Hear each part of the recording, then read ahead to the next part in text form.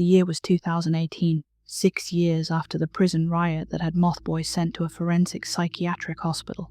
My daughter had just turned 7 years old, and my life had settled into a comfortable yet unpredictable pattern.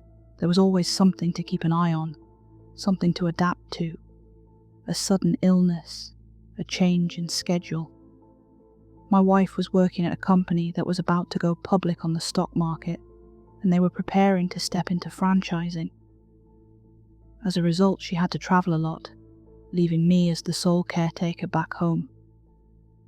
I didn't mind, but it was another change of pace. I hadn't expected to be contacted by Mrs. Short. I hadn't heard from her in years, and we'd gone our separate ways as professionals, agreeing to disagree on the proper actions to take. I had advised for Herman to rot in isolation at a maximum security prison, while she had settled him into a rehabilitation program. Now, those places are no walk in the park, especially at the level Moth Boy was settled, but it still kept that frustrating possibility of him someday walking free. Mrs. Short sent me an email. Names are omitted for reasons of privacy. It read, "Dear Mr. Redacted, I hope this email reaches you well. I write to you regarding the matter of Herman Redacted. After 6 years of improvement, the possibility of having him admitted to a more open facility has been put on the table. It is my professional opinion that this request be granted. The progress shown has been astounding, and with a more open floor facility, I think this particular patient can be given a proper chance of rehabilitation. I write to you because it is the opinion of the board that the patient be granted this opportunity by 3 separate, independent investigators. 2 have already begun their work, and you have been requested by name to perform the 3rd and conclusive statement. Your experience with the patient gives you a unique perspective that the board wishes to utilize. It is my hope that you will be able to set aside personal biases in order to perform this investigation to the best of your professional ability. But because of the nature of your relationship, you can discuss a possible reassignment with your supervisor. Consider this an optional opportunity. Best regards, Redacted." I personally believe you would be pleasantly surprised by the improvements shown. I had no intention of declining this opportunity. I would have a chance to keep Moth Boy behind lock and key for a little longer, and I was going to take it. Mrs. Short had gone over my head years ago to put him in this position, and I knew all the way back then that it was going to turn into a nightmare somehow. This was a man who had brutally murdered people based on nothing but whims and vague assumptions. Human life was insignificant to him, so I accepted. It was going to be a bit of a drive, but my neighbour had a daughter who would be willing to babysit for me. She'd done it before, so it wouldn't be much of a problem. She got along great with my daughter. I prepared myself with what little information I had readily available. The following Monday, I was on my way to see the infamous Moth Boy once again. Herman was about 24 years old by then. Nurses considered him a calming presence. Not a lot of patients dared stepping up to a 6'8" man with a penchant for violence. His hair had grown longer in the pictures, and I could see he was a bit skinnier. He probably wasn't eating or exercising as well as he had in prison. Notes spoke about his various improvements. Him joining a book circle, helping out in the gardens, and fostering a close friendship with some of the other violent offenders. It looked great on paper, but in the context of Moth Boy, it soured my gut. This was a man who always planned ahead, and who could let his ideas fester for years. Mrs. Short would have an uphill battle to fight, but I would try to be open-minded. I'd try, but it'd be a cold day in hell before I let that man out of his chains. A forensic psychiatric hospital has many similarities to a prison. It is a highly controlled environment, but the interior is made to provide comfort and a neutral tone. There's not supposed to be anything to set a patient off. Simple colours, inoffensive artwork, calm voices, and engaging activities. I had to get myself checked in, surrendering my service weapon, my shoes, my watch, my electronics, and my keys. I was also offered a white coat, something simple and bright. I hadn't been in a lab coat since college, so it felt a bit like coming home. I was escorted through the main hall by one of the orderlies. He excused himself as he went off to find Mrs. Short for me, leaving me alone for a couple of minutes. I noticed a man sitting by himself, a little further down the hall. He was in his early 50s, maybe late 40s. He had short salt and pepper hair and a wrinkled, troubled face far beyond his years. He was on the shorter side, somewhere around 5'2" to 5'3", and stared intently at a thin booklet. He looked up at me with a smile, shut the booklet, and got up from his chair. He was clearly one of the patients. He stopped a couple feet away, waved again, and spoke to me in a low tone. "Heya," he said. "You a new doctor?" "Just visiting," I said. "I won't be long. Consider me an observer." "Well, Mr. Observer, I'm Callahan. Let me know if you need anything." They had been told to avoid physical contact, something which Callahan seemed intently aware of. He kept his distance and made no attempt at a handshake. "What are you reading there?" I asked. "Oh, I can't read. It's just practice. Trying to fit the words with the pictures. That's got to be tough. A lot of people take that for granted." "Words are crazy, crazy things," he said, shaking his head. "I mean, not crazy. Ill-aligned." He cocked his head a little, tapping the booklet against his head playfully. "My daughter has just started reading," I said. "It's difficult to step back and look at things with a fresh perspective. When you've been reading for as long as I have, you can't imagine life without it." "Yes," he exclaimed, pointing at me. "Exactly. Like, why does Apple have two identical symbols when they're just describing one thing? It's weird, right?" "Very weird," I nodded. "I bet she's smart. Real smart. Just like you." His smile froze as his eyes drifted, like he was looking into me, past me. And after a few seconds, his voice lowered, the words drifting out like a sigh. "I bet she's great." Mrs. Short joined me shortly after. The orderly assisted Callahan to a meeting. "They're having a book circle," Mrs. Short explained. "He can't read, but he likes to listen in. It's a stress management thing." "Isn't Moth Boy in that too? The files mentioned it." "It's just Herman now. We don't call him that anymore." She rolled her eyes a little at herself and offered up a surrendering shrug. "But yes," she admitted. "He's in the book circle. Callahan helps him with the printing." "Printing?" "Yes. Herman shares a couple of passages from books he's read in the library every now and then. We don't have copies for everyone, so he has Callahan print them up. The two of them are inseparable." I remembered the last person who'd been close to Herman. It had ended with a slit throat in the back of a pantry. But Mrs. Short already knew this, so I kept my mouth shut. I was taken to her office one floor up. My borrowed plastic shoes squeaked against the chlorine-smelling floor. Everything was controlled. No open sockets, no sharp corners, no locks on public doors or bathrooms. Fluorescent lights made the eggshell walls look pale. She unlocked the door to her office. Looking further down the hall, I could hear people speaking in unison. "Seems the book club was on the second floor. You're welcome to use this space," Mrs. Short said. "I've left a key in the reception for you. So this is all about evaluating your work then. That's all this is." She crossed her arms with a sigh. "Yes. You're here to evaluate the work I've done for 6 years. And I can't say I'm enthusiastic about my chances here." She picked up a folder from her desk and a USB drive. She handed them over reluctantly. 0 incidents, 0 complaints, 6 years. By far the most outstanding result we have. And yet, it all relies on... She waved a hand casually at me. As she sat down in her office chair, I noticed a sway to her, like she'd had a drink or slept too little. You know where I stand on this, I said.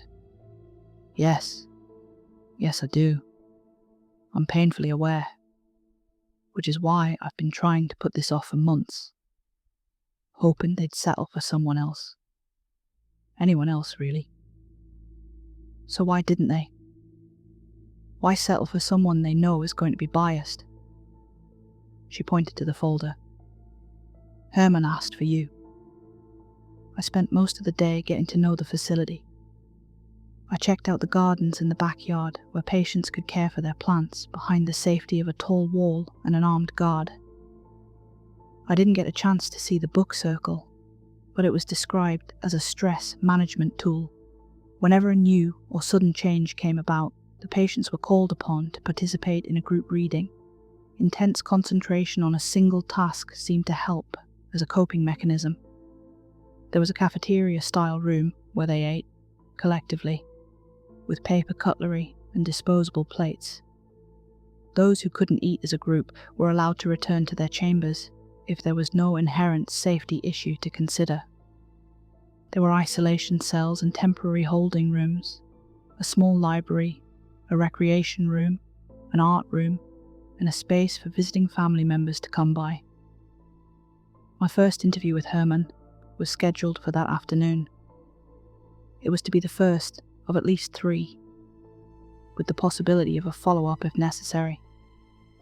I prepared my questions, my notes, and the interview space. I had to make sure I had quick access to the door, at least 2 nurses on standby, and nothing in the room that could immediately be used as a weapon. It was easier said than done.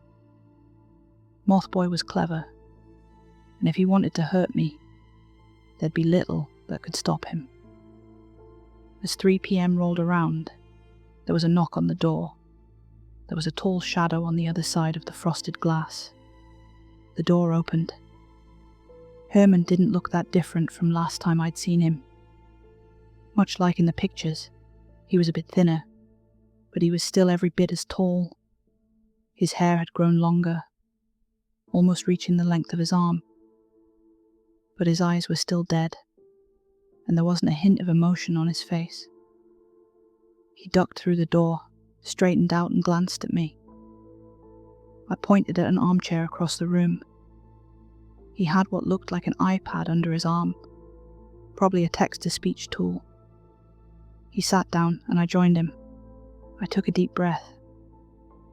I could see the 2 nurses waiting outside, both with pepper spray and tasers if need be. But Moth Boy, Herman, seemed different. After a couple of seconds, he tapped his screen. A mechanical voice with a British intonation spoke from the cheap speakers. I want to apologize. Is that why you requested me? I asked. I want fair judgment, he continued. You can provide that. I gave the words a couple of seconds to sink in, then nodded. Then you know, I'm not inclined to help you. I've seen what you can do when given the benefit of the doubt. Yes. I'm inclined to believe I'm here for some other purpose. Something nefarious. I understand. So what is different? What has happened in these past few years that has changed your perspective? He pondered the question for a bit, then tapped away at the screen. But this time, there was no voice. Instead, he showed a picture. It was an old turn-of-the-century leather-bound book, along with some simple hand-drawn illustrations. Fable-style animals dressed in the style of the Civil War era. Smoking pipes, cutting apple pies with a sable, riding horse-drawn carriages. Looking a little closer, I could see the title of the book, Adventures of Friendly Foxman and Minnie the Moth. I read aloud. Herman held his hand out, and I returned his pad. He tapped away. My earliest memory, it read. I remember now. You remember your childhood? Yes? If true, that would have been a breakthrough in and of itself. We knew little to nothing about Herman's early years. He'd been found wandering along the highway as a child, and no one had come to claim him. He wasn't missed. He didn't even have a name. I asked Herman a lot of questions about his family. He explained how he remembered a nice home by the river. He'd had a room on the second floor where he would read. His favourite book about the friendly foxman and Mine the moth, a family heirloom passed down through generations. Our first interview passed in a flash. Herman was much easier to communicate with now, despite the text-to-speech tablet. It surprised me. There were no tricks. He hadn't taken a thing from the room. He hadn't left anything. He'd just come in, done the interview, and walked out. But I had to consider that this was exactly the behaviour he would need to exhibit in order for me to agree to a lighter rehabilitation program.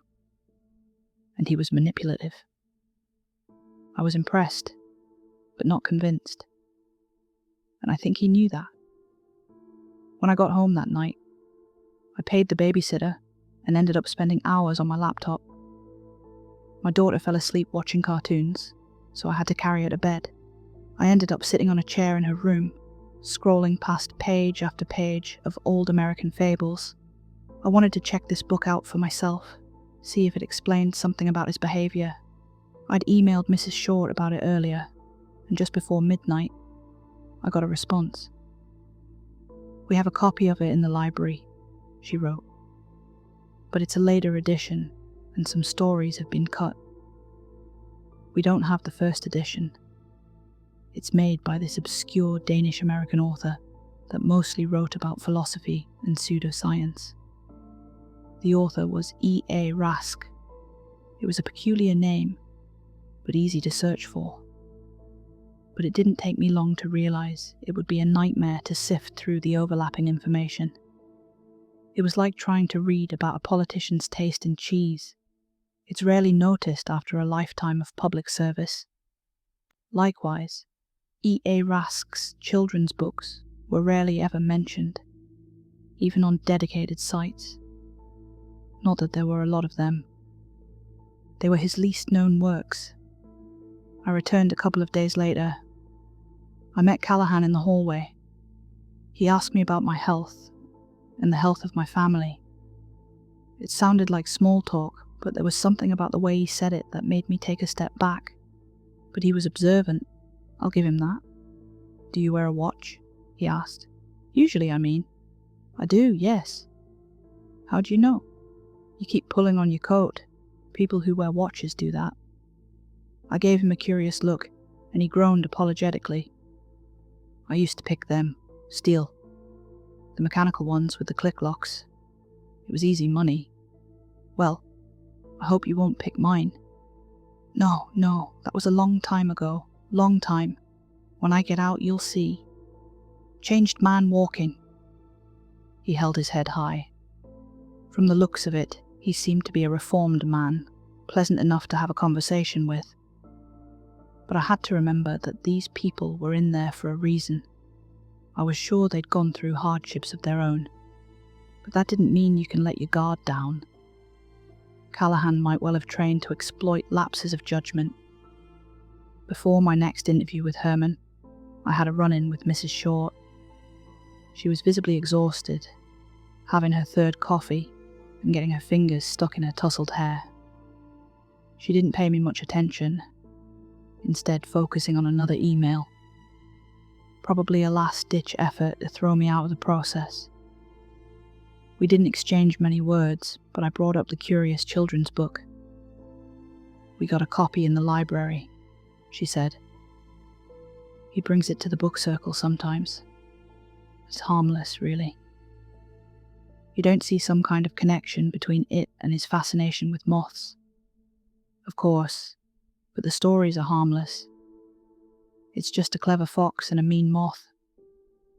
There's no subtext here. I'll have to see it anyway. It seems important to him." She looked up, scratching her nose. "So you're really looking into this?" You're not just giving it a no and going home. I'm looking, I admitted. I'm not convinced, but I'm looking. She pushed away her keyboard and leaned back with her coffee cradled between her hands. She took a deep breath, sucking in the smell. If there's anything I can do, please let me know. This is important. I met Herman that afternoon again. He'd just returned from the garden, leaving him with dirty stains on his knees and little red spots on his hands from handling thorns. He was particularly fond of the white roses and the unusual blue sunflowers. I tried to look into the book you mentioned, I said. You said you had one of the original copies, a first edition? Yes, Herman wrote. It was dear to me. I've been trying to see if I can find one of the original copies, I said. Perhaps that could make me understand you better. Something moved in his eyes, a slight frown. No need, he wrote. We have a copy. Right, but I was told that wasn't an original. There might be stories missing. It's fine. I think it's important that we consider. It's fine. His shoulders rose and fell. He was having an emotional response. There was a tingle of something in his face, like a twitch waiting to take over, just under the surface of his skin. It made me think back on all the things I'd seen him do. I'd never seen him have an emotional reaction to anything, not even murder. I decided to call it early. Herman shook his head. No, he wrote. We're not done. We're done, I insisted. We'll talk tomorrow. No. He stood up. As he did, his legs brushed the table, almost knocking it over. A couple of papers and a pen clattered to the floor as the two nurses hurried inside. Herman looked at them, then at me. We'll talk tomorrow, I repeated. I have important work to do. He looked at me with what I can only describe as anger. I'd touched a nerve. This was progress. Mrs. Short was eager to help me now that she saw that I could possibly be persuaded. I didn't know for a fact that this was the case, but I couldn't help but to be intrigued. This had to mean something. She asked the other investigators if they'd had any similar breakthroughs, or if they'd found anything about this curious book. One of the investigators responded. It was originally printed under a pseudonym. Emmett Olson, the author's mother's maiden name, I think. I know there was a copy by a collector, but it was locked into evidence after an arson incident. I had a lead. It was exciting to do some work, like back in the day when I'd been involved with the police. I still had a couple of contacts, and with just the right words, I might be able to get somewhere. I ended up spending the remaining day on my phone. The arson itself was easy to look up. There was a collector with dozens of books by this peculiar author locked up in evidence. Apparently the collector had tried to burn it all. One of his colleagues, a Dr. Bogan, had been the one to call the police. If she hadn't, the whole collection would have been reduced to ashes. Later that evening, I was on the phone with one of the officers responsible for the evidence lockup. The case had been cold for a couple of years now, but he couldn't just hand it out. I'll talk to the chief, he said. Maybe I can make a copy. And by morning, I had a .pdf of the first edition of Emmett Olson's The Friendly Foxman and Meanie the Moth. I sent out an email to the other investigators. They all wanted a copy to draw their own conclusions. I read through it as well. It was mostly harmless little, as things should be, kind of fables. Stories about helping each other, about being kind, about sharing. There was the Friendly Foxman, a clever but mischievous protagonist who didn't mind bending the truth for a perfect outcome. Then there was Meanie the Moth, a bitter dark-dwelling creature who was as mean as he was lonely. I didn't know what to make of it. Sure, Meanie the Moth was a clear antagonist, but there was nothing to explain how this related to Herman. Even at his worst, Meanie the Moth was at most bitter. He didn't hurt the other animals, not like Herman did.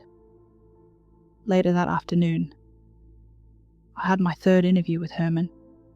He'd calmed down since we last spoke, but I could tell he had something to say. The moment he sat down in that armchair, he started typing. "Do you have it?" he asked. "I found it, yes." "Can I see it?" I'd printed a copy. It was just 60 pages, and the text was really big. It was intended for children, after all. I let him have a look. He turned to the last story, and for the first time, I saw Herman smile. There was a spark in his eye. After reading it, he got back to tapping on his screen. "This is my favourite," he wrote, pointing at the last story. It was just a cute story about a butterfly being mistaken for a moth, and Meanie was really disappointed at how much better it was treated by the other animals. The story ended with the friendly foxman telling him that if Meanie was as nice as the butterfly, the animals would like him too. "Can I borrow this?" he asked. "I want to read it to Callahan." "Sorry, no," I said, putting the copy away. "I'm not at liberty to give you anything." He accepted it begrudgingly. As our interview ended for the day, he got up and extended his hand. I know it was wrong to accept a handshake, but I figured he knew too. It was him showing that he was aware of taking a risk to be accepted, if only by me. I shook his hand as my heart skipped a beat. In another world, he would have thrown me to the floor and snapped my neck, but he didn't. I spent hours with that book. My daughter was curious about it too, and I let her read 2 of the early chapters before bedtime. She really liked the characters. Her favourite was Prudence the parrot, the friendly foxman's book-loving neighbour. Reading about the stories online, there was a bit of confusion. Apparently the stories differed from one version to another. Despite being published after the author's passing, the stories were vastly different from the first edition to the third. A few people who spoke about it online described stories that I hadn't seen. It made me think there might be yet another version. I couldn't make sense of it. Somehow these innocent tales of friendship, responsibility and common sense had affected Herman to the point where he'd adopted some kind of persona based on it. What was I missing? The next day, there was a bit of turmoil at the facility. I dropped off my belongings at the reception and was ushered into Mrs. Short's office on the 2nd floor. I could tell she was stressed, rifling through her items in a hurry. "Looking for something?" I asked. She shook her head, dismissing whatever she was doing. Her desk was a minefield of carefully crafted proposals and reports. "We got a missing patient," she said. "It's a bit of a mess right now." Come to think of it, I hadn't seen Callahan. He was usually there in the mornings. A knot turned in my stomach. "Callahan, right? How'd you know?" Callahan had been close to Herman. Now he was missing. It followed the same pattern as Dogan from the prison back in 2012. And Dogan had ended up with a slit throat in the back of a pantry. I could see why Mrs. Short was worried, and answered my question before I could ask it. "Yes, we've kept an eye on Herman," she said. "It's not him. Not this time." "You sure?" I asked. "You checked their common spaces?" "They're going through the garden right now," she said. "The others are up in the book circle trying to keep calm." She straightened her back and looked me in the eye. "I need you to talk to Herman. He speaks to you more than anyone. See if you can find something out." I agreed, conditionally. I refused to be alone with him. The nurses would have to stay in the room this time. People were running down the halls. Some of the patients were responding poorly to the heightened tension. Those who weren't huddled in the book circle upstairs were either stuck in their rooms or put in isolation. I could hear the squeaky plastic shoes pitter-patter up and down the corridors as pained voices rose and fell. It felt electric. like that moment before the prison riot. I knew it was all too good to be true. This had Moth Boy written all over it. Herman was already in the room by the time I got there. Mrs. Short had asked for him to be kept under strict supervision. He didn't seem to mind. The two nurses joined me in the room, standing on either side of the door. I got straight to the point. "I assume you know about our missing patient?" "Yes."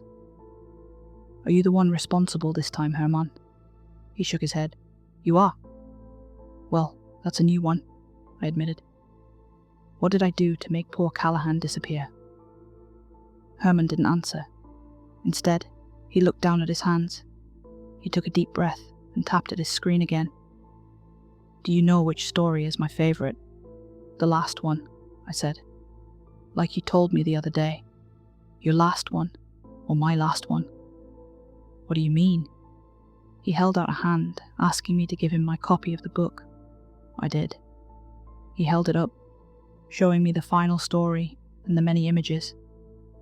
"It's just like I remembered it." "Now watch," he wrote. He closed the book, put his hands on it, and then opened it again. This time, when he held it up, the title was different. I took it from him, blinking at the page. New artwork, dialogue, an entirely different story. "That is my favorite," he said. "Very good. Meanie, the Moth, and the Magic Lantern." The story followed Meanie the Moth on his quest to find his family. He had found a magic lantern, but he couldn't light it. He invited all the friends of the forest to help him. But no matter how much they tried, they couldn't light it. Not Prudence the parrot, not Friendly Foxman. And as they left, one by one, Meanie was left alone once again. "Of all the lamps that never shone, you are the meanest, and none shall contest it," Meanie proclaimed. And that was the trick. The lamp was mean, so it would take the meanest animal in the forest to light it. So the story showed the many ways Meanie did evil things over the years, how he teased and pushed the other animals. And when he was finally the meanest of them all, he lit the magic lantern. The story showed Meanie holding up the lit lantern, calling for the other moths to see it. And there, on the horizon, was the biggest moth he'd ever seen. The meanest, the coldest, the ugliest one of them all, and they would be the best of friends. And in the final panel, we see the Friendly Foxman looking up at the sky as a pair of wings blot out the sun. The story ended on an eerie portrait of wide-open eyes, being consumed by the dark. My hands were shaking. I looked up at one of the nurses and handed them the book. "Check the last story," I said. "Check it." They flipped the pages, then showed me. It was another story now. Friendly Foxman and the Curious Caterpillar. I handed it to the next nurse, then looked back at Herman. "That's impossible," I said. "How do you do that?" "I'm very mean," he wrote. "The meanest in the forest. Books couldn't change. We read books, they don't read us." But no matter the source of the trick, that story showed something about Herman. Something he hadn't shown us before. "You're gonna light a lantern, like in the story. A magic lantern. Yes? I don't see you doing that anytime soon, Herman. I see you being locked in here for a long time." He nodded, then tapped the screen again. Too late. The nurses put away the book and took a step forward. In an explosion of movement, Herman flipped the table at them. One of them fell backward, taking the full brunt of the force on their right wrist. Herman reached across the flipped table, grabbing the other nurse and pulling him across like a wet towel. His shot went wild. I fumbled to the floor, taking the other taser from the nurse with the sprained wrist. I called out for him to go get help, and they scrambled out the door. By the time I looked up, Herman was beating the other nurse within an inch of his life, reducing half of the man's face to meat. I raised the taser, coming face to face with Herman, who opened his mouth in response. He spat at me. A spatter of paper tissue, larvae, and stinging caterpillars showered me. One of the caterpillars stung the corner of my eye, causing a painful burn to trickle up the side of my face. All these years, his mouth had just been another weapon. This was how the moths kept popping up around him. He'd turned his body into a nest. This was why he didn't speak, why he refused to eat in the common hall. He was honing a last-ditch weapon. He was spitting his namesake in my face to win another fight. I was completely off balance, and by the time I opened my eyes, he had one hand to my throat and one hand on the taser. His mouth was wide open, showing a tapestry of scars, paper, and blood. Most of his teeth were black or missing. His tongue was as white as the larvae he hosted. He took me in a chokehold and pulled me into the hallway. Something had happened. People were screaming and throwing things. I could see other nurses and caretakers running in the halls, heading for the exit. But Herman was taking me in the other direction, to the book circle. The thought hit me that I hadn't seen Mrs. Short's copy of the book on her desk. I hadn't seen Callahan either. And I knew for a fact that whenever something happened, the book circle was supposed to read something to calm themselves down. I tried to twist and turn, but I could feel a pressure on my neck that made me gasp for air. If he jerked me up, he could snap my neck. So step by step, I tried my best to just breathe. We entered the small library at the end of the corridor. 9 men sat in a circle, each with a copy of Adventures of Friendly Foxman and Meanie the Moth. Callahan must have stolen it, copied it, and distributed it. Herman knew that when all went to hell, they'd be right there, reading from today's stories. But listening to them, it didn't sound like someone reading a story at all. It was just noise. The story had changed. There were no pictures. There were no words, only symbols, some bearing faint resemblance to the Roman alphabet. And yet, they read it in unison with perfect pronunciation. They'd been trained to do this, as a group, for years. This was it. This was what he'd planned. He'd failed that first time, with Vicky the babysitter. He'd set her on fire as an attempt to light the magic lantern, the symbol of calling to something greater. But he'd failed. Perhaps, like in the story, he wasn't the meanest creature in the forest. Not yet. But now it was different. He'd dedicated his life to manipulating, to wounding, to harming others in ways that would kill them or haunt them. And this time, he was asking all the creatures of his forest to help him, just like in the story. But in the end, it would be him doing it, and I'd given him the book to finish it. Maybe he knew there was a copy left in an evidence lockup. Maybe that's why he asked for me to begin with. He knew I could get to it. The chanted words were nonsense, but at the end of the story, there was a sound I'll never forget. In unison, they coughed out, "Ew! Ew! Ew!" Herman took out a single matchstick from the back of his mouth. He dropped it in the middle of the book circle. Then he joined the others. And with his own voice, for the first time, he wheezed a word out. "Ew." The matchstick caught fire. A flame spread to the 9 men in a spiraling pattern, casting fluttering shadows across the walls. The smell brought me back all the way to 2002, lying next to a smouldering corpse on the bottom of an empty pool. The men didn't scream. It was as if they were dead already. I couldn't comprehend what kind of story the book had shown them. I pulled at Herman's arm as the flames reached us. He didn't let go. I stomped, trying to buy some time. "Let me go," I wheezed. "You don't need me. You're done." He blinked, then looked at me.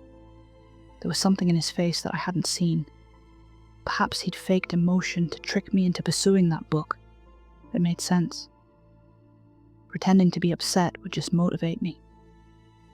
But now, his emotions were real. A full, open-mouthed smile, as lava dripped from his lip. "It's done," I repeated. "Just stop." He was so full of joy. The flames danced in his eyes as the alarms began to scream. There were sirens approaching outside, and with that, he let me go. "Dank you," he muttered, his voice strained. "Dank you, Evie Mush." I backed away as the flames grabbed him. He didn't look away. The smoke from the library tickled my lungs, and I burst into a sprint down the hallway. The nurse he'd beaten had been dragged out. There were trails of blood on the floor. I followed it, hoping it would lead me outside. Everything looks different in a panic. In the smoke, I made it outside, and into pandemonium. The air was so full of moths, it could be mistaken for a mist. They'd come from the gardens, ushered into the air by the sudden fire. People were screaming, waving their arms, locking themselves in their cars. Police and firefighters were struggling to make it to the front, almost running over an orderly as they struggled to see. Mrs. Short was locked in her car in the parking lot, staring straight ahead with tear-stained eyes. We exchanged a glance as she shook her head, defeated. It was over. All her work and hopes gone. I couldn't take my car home. I had left my keys in the reception, and I couldn't get them back until they had the fire under control. That would be hours. I ended up getting an escort from a police officer about an hour later. He was picking larvae from his uniform the whole ride, complaining about how he'd have to go through every inch of that car with a hose when this was over. The last thing I saw of the facility was a plume of smoke blotting out the sun, like a pair of dark, dusty wings. I was dropped off at home. I walked up to my door and sighed. I didn't have my keys, so it'd be locked. My daughter and the babysitter was home though, so it ought to be fine. But the door was open. It shouldn't be. I poked the door open, listening. There was no one there. I could hear voices from upstairs. I looked into the kitchen for something to arm myself with. I didn't have my phone, and the officer who'd dropped me off was far gone by now. I reached for my knife block, only to realize one of the knives was already gone. I settled for a smaller one. My hand rattled so bad I almost dropped it. I forced my fingers to close into a cramp-like death grip. I crept up the stairs, holding my breath. I knew where to put my feet to avoid a creaking. "So," he said, "birthdays? You still have those? And guess what? Guess what I said?" The voice was familiar, but unstable. Shaking. Callahan. I opened my daughter's bedroom door. He was sitting on the edge of the bed, holding a kitchen knife. He was looking at the closet across the room. It had been cut and beaten, but was held close. I could hear sniffling from the inside. "He said you can't have birthdays when you're old," Callahan rambled on. "But that's stupid, right? Of course you can." I tightened my grip on the knife. I could lunge at him, put it in his back. But something told me not to. Perhaps the tales of friendly foxmen had affected me more than I thought. "Callahan," I said, "what are you doing here?" He turned to me in wild surprise. But instead of lunging at me, he smiled from ear to ear. He got up, seemingly forgetting that he was holding a knife. "Hey," he said, "I was just having a conversation with your lovely daughter." "I need you to stop it, Callahan. But you said she was great. I thought we'd get along." "You're scaring them." His smile faded as he looked down at his knife. He looked at the closet door, covered in cuts and bruises. He shook his head, as if just realizing what was going on.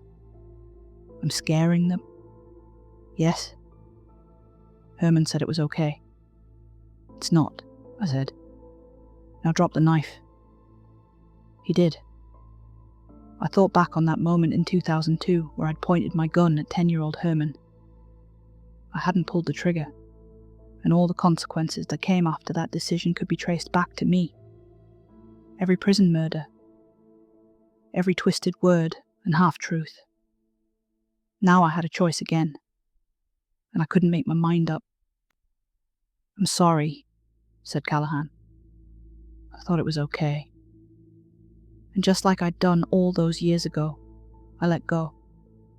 I took him downstairs. I hugged my daughter and had the babysitter call the police. It didn't take them long to come by and take Callahan into custody.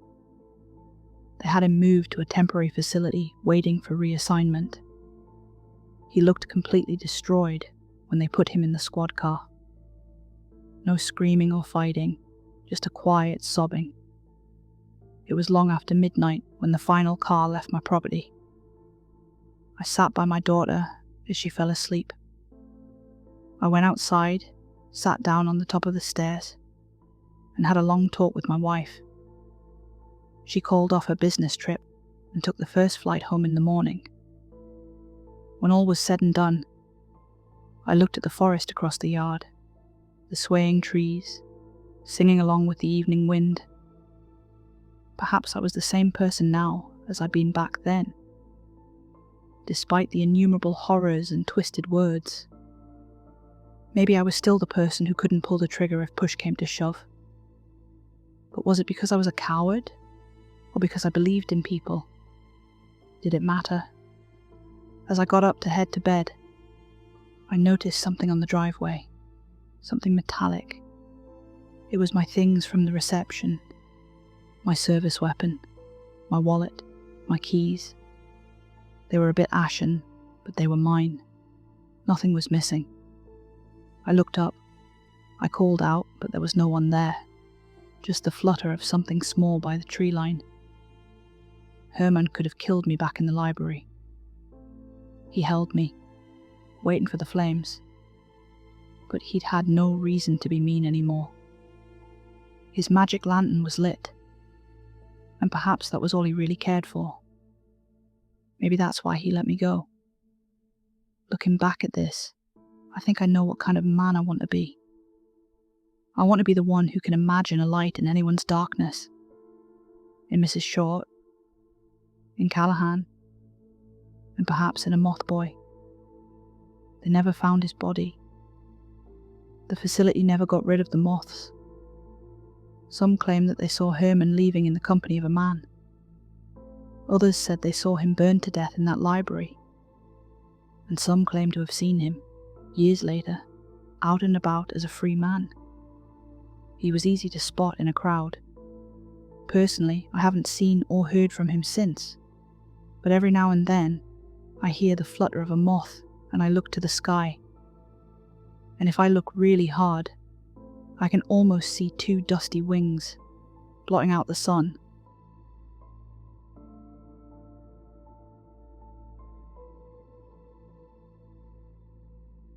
Hi everyone, thanks for listening. That was Moth Boy, Part 3, the finale, written by Reddit's own Saturdead. If you liked it, please like, comment, and subscribe. I'll have more terrifying stories for you tomorrow night. And for tonight's fun fact, you've probably gathered by now that I'm scared of butterflies. First I confessed it, then I admitted I have an accidental butterfly tattoo from a drunken night when I was 20. Well, I guess this makes it official. I'm basically the Moth Queen, which is hilarious, because I can't even look at a cabbage white without nearly screaming. So if Herman shows up at my door, I guess he's reporting to his monarch. Long live the Queen, preferably indoors, far away from fluttery things. Oh, and for those of you who want to binge it all in one go, I'll be stitching the 3 parts together soon and uploading them as a complete story. Good night.